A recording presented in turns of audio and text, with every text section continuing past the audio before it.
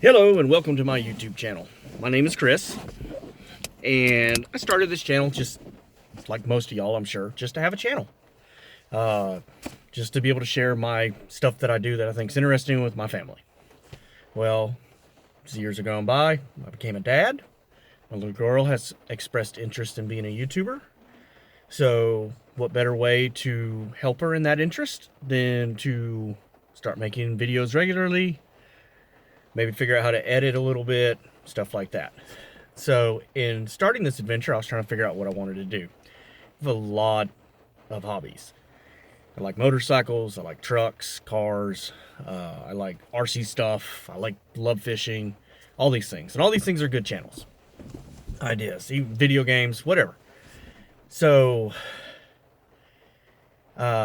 basically I decided to do something a little better than I did a few years ago when I first started getting into drifting, which I meant that towards me. I decided that the best way to start would be a little project. And what I decided to start was what I'm calling Project Belmont. And you are inside Project Belmont right now. Project Belmont is a 1990 Ford Ranger, a little 4-cylinder, 2.3 Lima engine, 5-speed manual transmission, regular cab, short wheelbase, small little pickup truck. I picked up Project Belmont for $800. Picked up from a kid or a younger guy that basically bought it from a gentleman, took it out in the field, played with it, did donuts until the clutch blew up. All the material came off of one side of the clutch. And decided that he didn't want to fix it or couldn't fix it and sold it. So I picked it up. And originally I picked it up and my thought process behind it was I wanted something that was real simple to work on. I wanted something that was a manual, rear-wheel drive. I wanted something a little 4-cylinder, cheap and gas to get around in, that I could just build into a fun daily driver that I could take and go to an autocross with. I could go to a local drift event. If we get some gymkhana, I could do some gymkhana. I could hit the back roads and the twisties. So if I want to do those things, why pickup truck? Why a little Ford Ranger? Why not a 240SX? Why not 85 Celica? Those are rear-wheel drive. Why not an old Corolla? The AE86. The answer to all of those is that as they've gotten more popular, they've just gotten more expensive. You know, didn't really want a Mustang. One, you can't. The 4-cylinder Mustangs, the Fox body Mustangs are expensive. Anything Fox body right now is expensive as well. And, you know, everything just kind of has gone up so much in price that, you know, for what I want to do with it and what I'm looking for, I could basically build the truck into what I want for the price that I could buy a clean stock one of the other ones. So and don't mistake what I'm saying here. I am not saying that this truck will be as capable at anything as, you know, a well-built 240. You know, it's still at the end of the day going to be a truck. And unless I just am willing to put a ton of money into a complete custom frame, front to back, tubes, shift engine weight back to get the handling right, and basically turn it into not a truck anymore, you know, it's going to have some limiting factors. But people tend to overlook these little things. And they just think to themselves, you know, well, why do a truck? Oh, I don't want a truck. Trucks are dumb. You know, I want a little sports car, little Miata, something like that. And so you can find them cheap. This $800 pickup truck wasn't the only one. I got this one because the AC worked. And like I said, it's going to be somewhat of a daily driver. So, is this truck perfect? No, by no means is it perfect. I mean, as you can see, the headliner's gone out of it. The dash is cracked. You can't see that. The seats are kind of messed up. I had to replace the clutch, which I did. 2 days after doing that, the timing belt broke. Luckily, a non-interference type motor. So I just had to have some buddies come and get me off the side of the road and put the timing belt back in. So, I mean, it's a death machine. The suspension's worn out in it. I'm missing one brake off my driver rear. I just capped it so it stopped leaking out of the master cylinder. And it'd go around the corner and sometimes it just decides, hey, we're going sideways. But really, it's not that bad. Yeah, there's things that I need to fix in it, but I'm driving it right now. You know, it's just a little 4-cylinder Ranger. You hear the exhaust manifold, it's got a leak in it. Tick, tick, tick, tick, tick. So, I think I can do something with it. And if you guys are interested in it, follow along. I've already got a limited slip differential because it's an open diff. Picked one of those up, 150 bucks used off of eBay. 7.5 rear end, same thing they put in a Mustang. Not a problem to find. Shocks, 100 bucks, 4 corners, Rock Auto. Replace them, it's gonna fix some of the suspension. Lowering kits for it, it's already in the mail, it's coming. A couple $100 there. The wheel cylinder that I'm gonna fix as soon as it gets here with the shocks, they had it on sale, 7 bucks. Everything in this truck is cheap. You can build one of these little trucks for a couple of grand and you can have a good time. You can take it and you can do anything you want with it. And for the price that's in it, if you bang it up, get on Craigslist, get on Facebook Marketplace, pick up another one for a few $100. If you got a good drivetrain, you ain't got to worry about if it's running. You just pick it up. Start pulling it apart, start working on it. Keep in mind that these little Corollas, these little 240SXs, Miatas, any of these popular cars, when people first started doing whatever you want to do with them, there was no aftermarket. These people had to figure this out on their own. They had to figure out how to cut knuckles down and weld them together. They had to figure out the geometry. They had to figure all of this out. Does the aftermarket help? Oh yes, wonderful. But there's a ton of stuff you can do. And the aftermarket hasn't just completely ignored the little Ranger. If I wanted to build a pre-runner, there's tons of stuff for it. There's tons of stuff to lower these. There's tons of stuff to make them perform a little better. This 90 model Ranger is an I-beam suspension truck. So I can buy lower I-beams. I can buy different I-beams. Not hard to do. It just depends on your budget and what you're looking to do and what you're looking to have fun with. The little Ranger's motor, the little 2.3 liter Lima, makes 100 horsepower. It's not a powerful monster.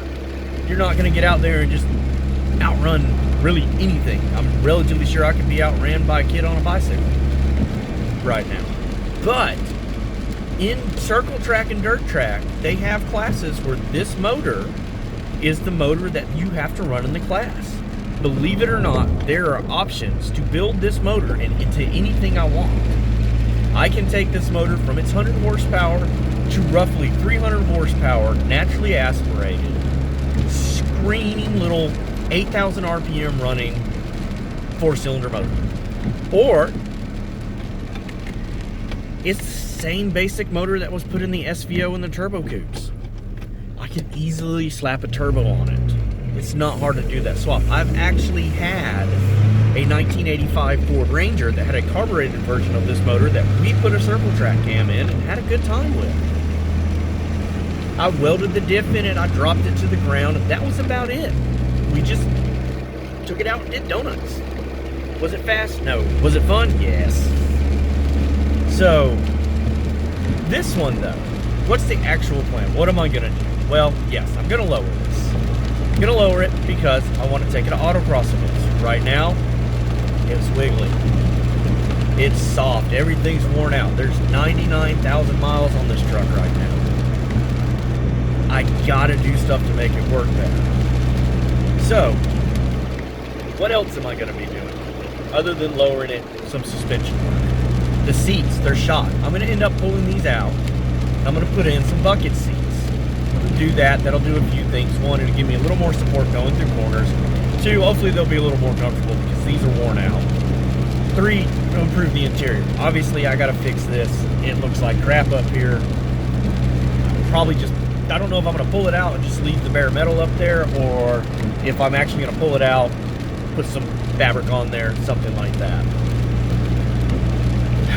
Got some body work to do on the back of it from where the kids banged it into some stuff when they were playing in the field with it. And, you know, well, what about the engine? What am I gonna do with the engine? I'm sure a lot of y'all wanna know that. Probably do similar to what I did before. I've already got long tube header for it, so that's gonna go in. I got an intake, I gotta make that work. It's for another vehicle, but I do have a cold air intake. I'm probably gonna port and gasket match the intake, pour out the throttle body a little bit. They're not hard, I'll do videos on that. And then the big thing is, I'm gonna find another camshaft. I'm probably just gonna go with the A23-7 camshaft. So kind of a Ford Performance camshaft that went in the little turbo coupe motors. Hear me mention turbos over and over again. I'm not doing a turbo. It's one thing I don't want to do. I've done a few turbos in little 4-cylinder Rangers. I have a friend that has a very fast SVO Mustang turbo, and he actually has a turbo Ranger and it runs very good. However, in my circle of friends, what I am known for is I like to run nitrous. So yes, this little Ranger is going to get a Zex nitrous kit, and I'm going to show y'all how we install that and put it in there. Now, that little kit is just going to be a very basic kit. It's nothing fancy. I actually bought it used years ago, ran it in other cars, and now it's going to go in this. So we're going to jet it out. We're only going to probably add a 50 shot of nitrous to the truck. But that 50 shot of nitrous should be fun. That's going to be the whole point of this, is can I build a fun little Ranger that I can go out and play with at autocross and compete and do maybe some local drift events and compete and do all these things and just go out and compete. And can I do it for less than what it would cost to buy a clean 240SX that runs? So why do I keep, oh, there we go, we're sideways. Just like that. So why do I keep bringing up a 240SX? Well, the reason why is, honestly, this Ranger weighs almost exactly the same as the 240SX. The weight distribution is off. Again, I'm not saying, don't get on my comment, oh, this, that, you hate 240SX. I have a lot of friends with 240SXs. I'm just not spending $4,000 or $5,000 on a 240SX to just start from scratch. If I'm gonna spend $4,000 or $5,000, I'm just buy something else. I'll buy a Thunderbird or a Mustang. Like, that's just me. So what I'm hoping this will show is that you can have a good time and get into motorsports and be relatively cheap and just have fun with yourself. So let's do this adventure together. And a lot of these are just going to be just like this. I'm not a computer whiz. Doing this is my cell phone is rubber banded to my rear view mirror right now as I'm driving down the road going somewhere. So let's just have a good time. You know, so a lot of these are just going to come off my cell phone. And woohoo, sideways again, a little bit wiggly. I got to fix the suspension. That little bump, yeah.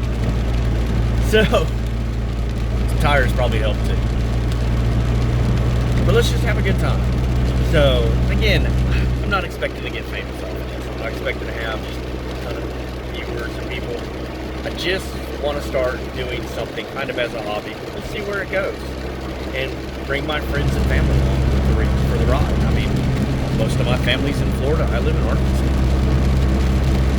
So, you know, travel on for Project Belmont. You know, like I said, show you how to do some basic bolt-ons. Show you how to do a little bit of work on some other stuff. Show you how to install a Zex nitrous kit. I'm gonna have to do my own exhaust.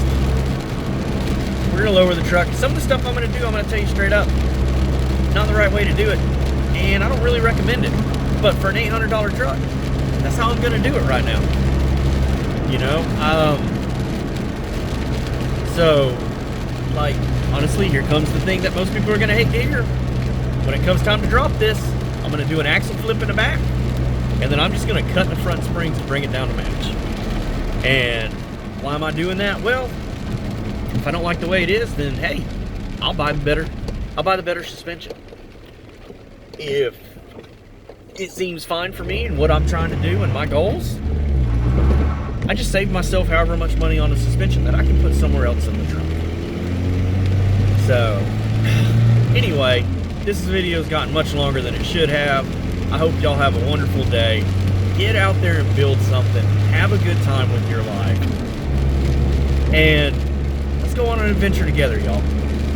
So, everyone, God bless, be safe.